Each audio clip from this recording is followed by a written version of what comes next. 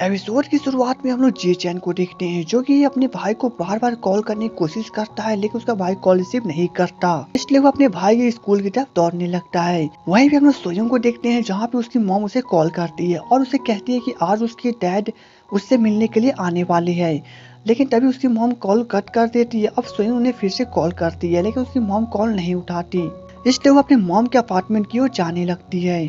वहीं पे जे चैन को होंगजू रोकती है और उसे कहती है कि अगर वो स्कूल में गया तो उसका भाई वहाँ पे नहीं होगा, क्योंकि सपना के अनुसार वो कहीं पे और होगा।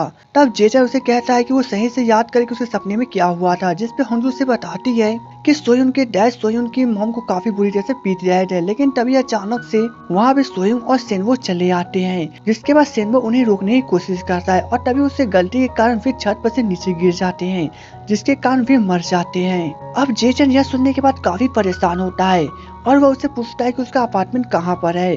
तब होंगजू को याद आता है कि उसने सपने में 2 चांद को देखा था।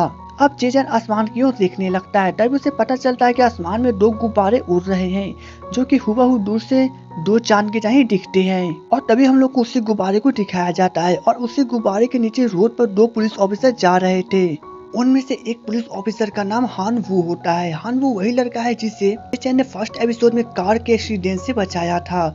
हानवू यहाँ पे सो रहा है। अब अफसर हानवू को एक सपना आता है जहाँ पे वह देखता है कि सेन वोन को वो गिरफ्तार कर रहा है और जे चैन उसके सामने बार बार उससे बातें करने की कोशिश कर रहा है। तभी हानवू का यह सपना टूट जाता है और हानवू काफी ज्यादा डर जाता है, जिसके बाद वो कार से नीचे उतर जाता है।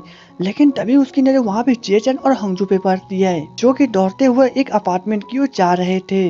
अब यह देखने के बाद ऑफिसर हान वो कुछ समझ नहीं पाता है, जिसके बाद वो खुद ही कार से वहां से जब जाने लगता है, लेकिन अचानक से वो कार को घुमा लेता है और वह अपार्टमेंट की ओर जाने लगता है। अब वहीं पे हम लोग सोयुंग के मॉम और डैड को देखते हैं, जहाँ पे सोयुंग के डैड सोयुंग की मॉम से पूछते हैं कि उसने उनके गिरफ्तारी के कागज क्यों बनवाए हैं, और वह गुस्से में कागज को फाड़ देते हैं और वहाँ के सामान को तोड़फोड़ करने लगते हैं। जिसके बाद जैसे ही वह सोयुंग के मॉम के ऊपर हमला करने वाले होते हैं, उसी वक्त वहाँ पे फायर ब्रिगेड की आवाज सुनाई देती है और तभी हम लोग को पता चलता है कि यह आवाज कोई और नहीं होंगजू निकलवा रही है। जिसके बाद उस बिल्डिंग के सभी लोग अचानक से बाहर निकलने लगते हैं। वहीं पे हम लोग सोयुंग के डैड को देखते हैं जो कि खिड़की के सामने से देखते हैं तो पुलिस की कार बाहर आ चुकी है। अब यह देखने के बाद वे बहुत ज्यादा हैरान हो जाते हैं। वहीं पे जे चैन अपने भाई को लिफ्ट में से बाहर निकालता है जहाँ पे सोयुंग होती है और वो अपने भाई को वहाँ से ले जाता है। वहीं पे सोयुंग की मॉम जब बाहर आती है तब सोयुंग के पास दौड़ी आती है, गले लगा लेती है और वह पूछती है कि क्या वो ठीक है। तब उसकी मॉम कहती है वो बिल्कुल ठीक है। अब वहाँ के सभी लोग होंगजू से पूछने लगते हैं कि उसने फायर ब्रिगेड की आवाज क्यों लगाई, क्योंकि यहाँ पे ना तो कोई आग लगी है और ना ही यहाँ पे कोई धुआं उठ रहा है। तब होंगजू ने बताती है कि उसने यहाँ पे आग लगी हुई देखी थी। दरअसल यह तो होंगजू का एक प्लान था ताकि यह सभी घटना ना घटे और वह इस प्लान में सक्सेसफुल भी हो भी जाती है, लेकिन वहाँ के लोग उसके ऊपर इल्जाम लगाने लगते हैं कि उसने यह काम जानबूझ के किया है। तभी बीच में ऑफिसर हानवू चला आता है और वह उन लोगों को झूठ बोलता है कि उसने भी यहाँ पर आग लगने के बारे में सुना था, इसलिए वो यहाँ पे आया है।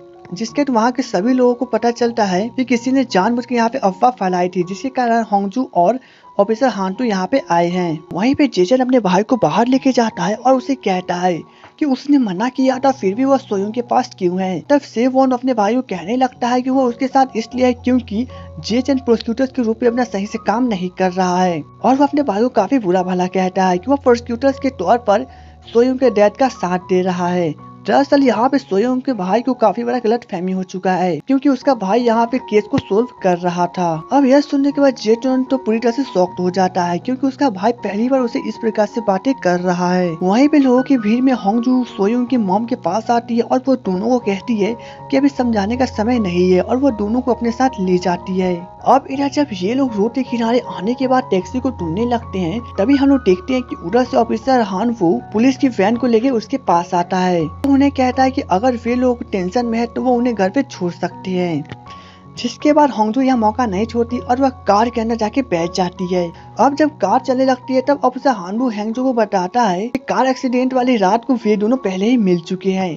तब होंगजू को भी उससे देख के याद चला आता है कि यह कार एक्सीडेंट के वक्त जे चैन ने उसकी मदद की थी। अब थोड़ी देर के बाद वे लोग घर के पास पहुंचते हैं, जहां पे होंगजू और बाकी लोग घर के अंदर चले जाते हैं और वहां पर वह उन लोगों को बताती है कि आज से वे लोग यहीं पे रहेंगे, क्योंकि सोयोंग के मॉम को सोयोंग के डैड से खतरा है इसलिए। लेकिन वे लोग कुछ भी नहीं समझ पाते। तब होंगजू ने बताती है वह सिर्फ उन लोगों की मदद कर रही है, क्योंकि प्रोस्टिट्यूटर से उन लोगों की मदद करने के लिए कहा है। जिसके बाद वहाँ पे वे लोग रहने के लिए तैयार हो जाते हैं। वहीं पे हम लोग जे चैन को देखते हैं, जो कि अभी अभी घर पे पहुंचा है और वो सोने के लिए चला जाता है।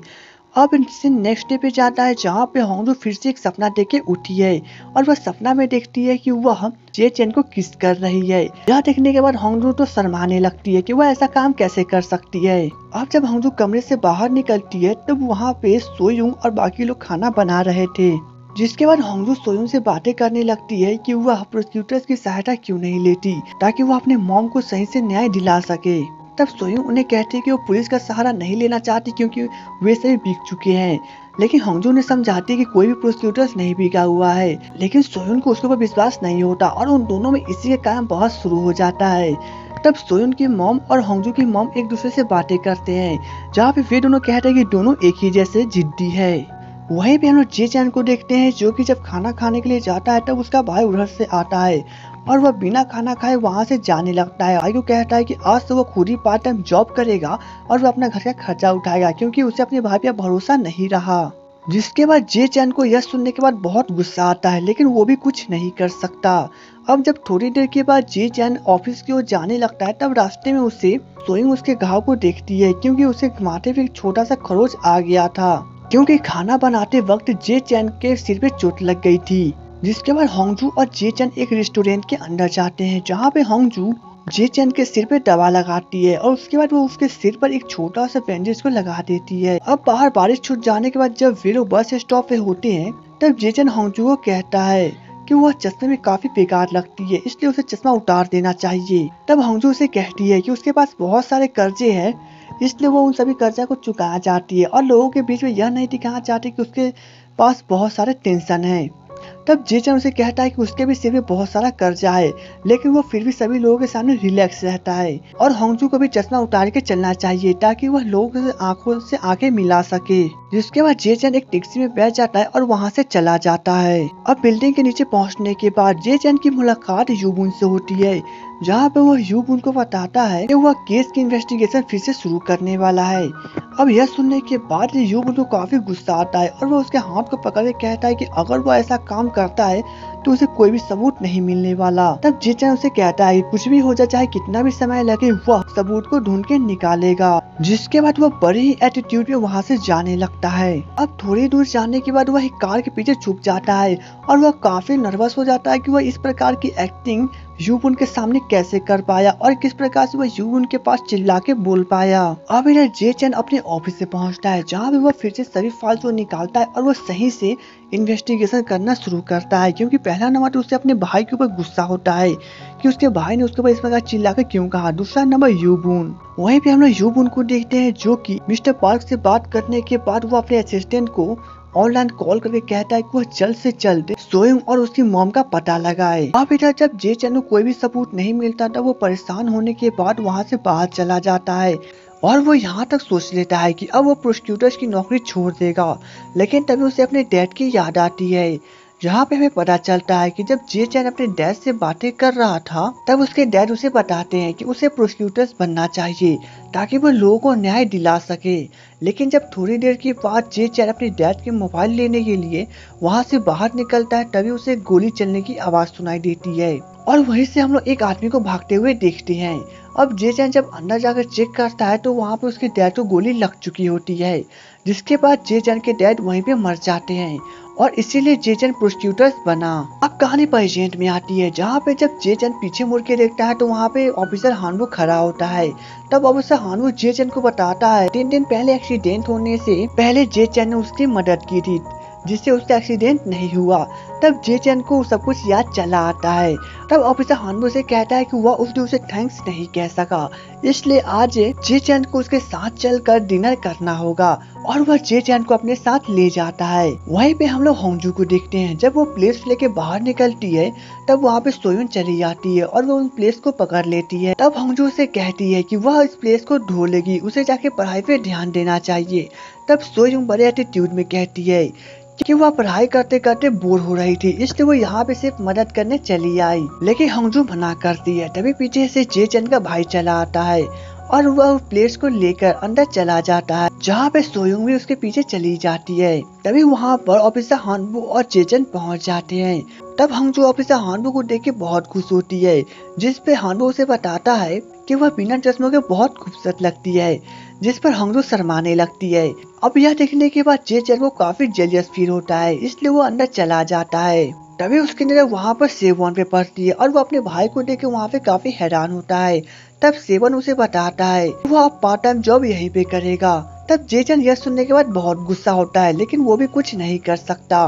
वहीं पे ऑफिसर हानवू रेस्टोरेंट को सही से देख रहा था और वो सोचने लगता है कि जैसा उसने सपने में देखा था सब कुछ उसी प्रकार से चल रहा है। और तभी हम लोग को ऑफिसर हानवू का सपना दिखाया जाता है, जहाँ पे हमें पता चलता है ऑफिसर हानवू अपने साथी के साथ जे चैन से मिलता है और उसके बाद वह इस स्टोर में अपने साथी के साथ ही आता है। जिसके बाद ऑफिसर हानवू सोचने लगता है कि वह अपने साथी के साथ यहाँ पे नहीं आया क्योंकि वह थोड़ा सा चेंजेस करना चाहता था और देखना चाहता था कि थोड़ी सी चेंजेस करने से क्या होगा।